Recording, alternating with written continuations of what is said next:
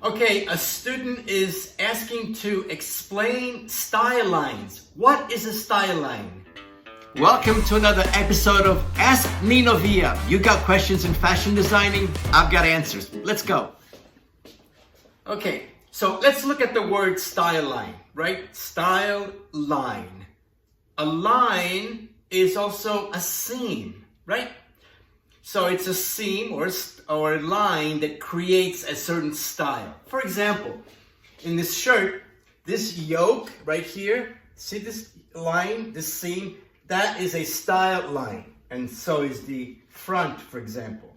Or let's look at this t-shirt. See these seams, these lines right here?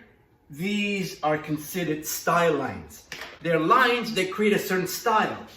And if you were looking at a neckline, for example, right? If you want to have a square neckline, like a yoke, for example, right? That is considered a style line. So the designer could say, you know what?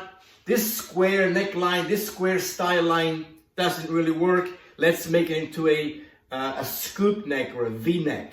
Those are style lines. Hope that explains what a style line is. I'll see you in the next class.